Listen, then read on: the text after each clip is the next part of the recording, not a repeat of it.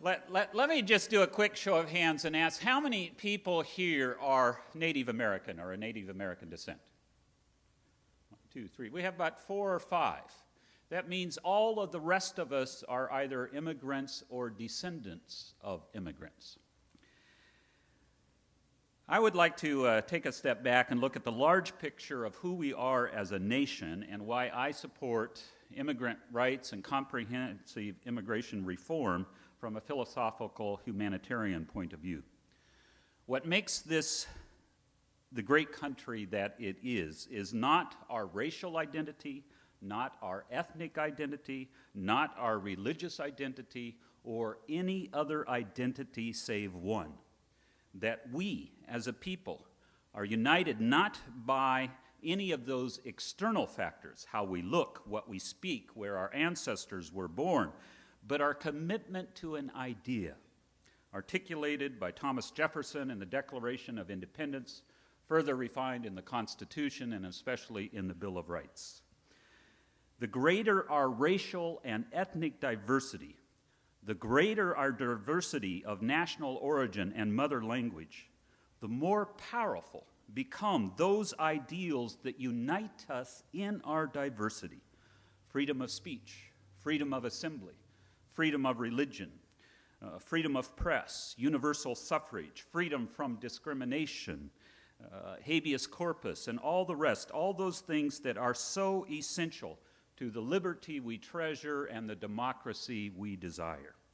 What I am suggesting is basically this, that the great American experiment to forge a new nation from a diverse group of people united by an idea rather than an ethnic or racial identity will fail if we cease to allow immigration to continue to be the vital source of new blood that has been historically such a powerful force throughout the history of our nation.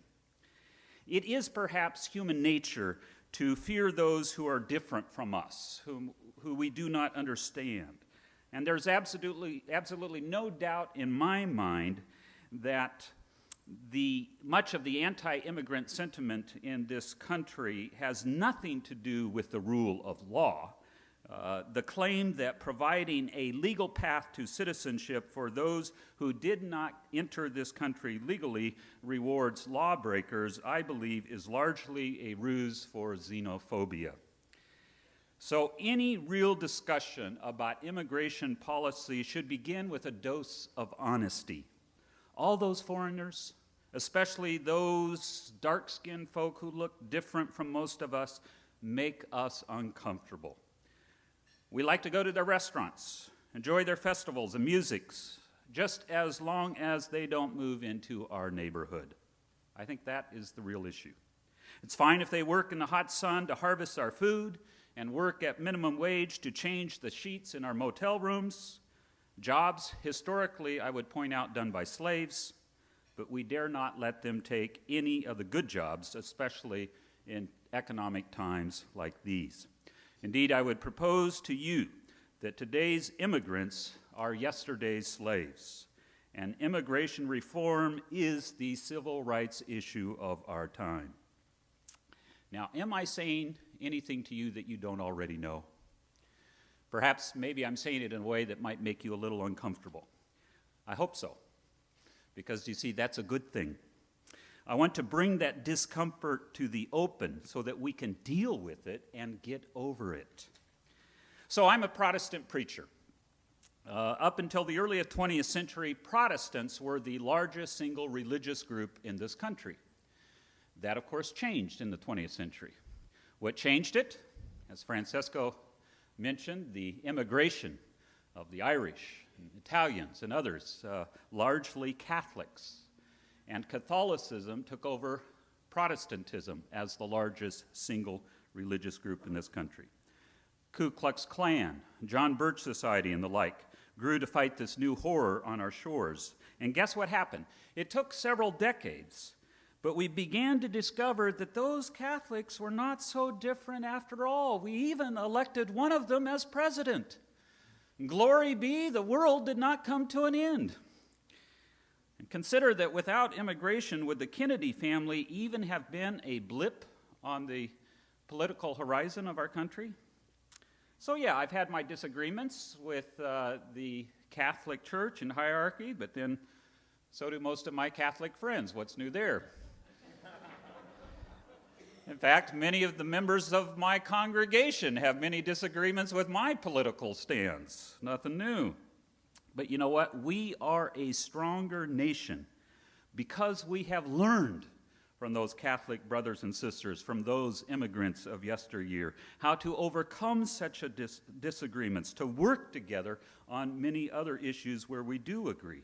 And that's just one example among many where immigration has made us a better country for it. One concrete example I would give locally how the lack of immigration reform hurts us as a country.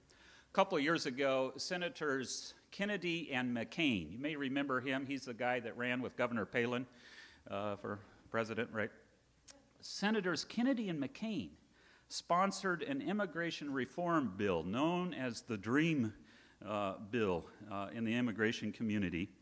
And we had an event. Mayor Piercy was there, Councilor Ortiz and myself.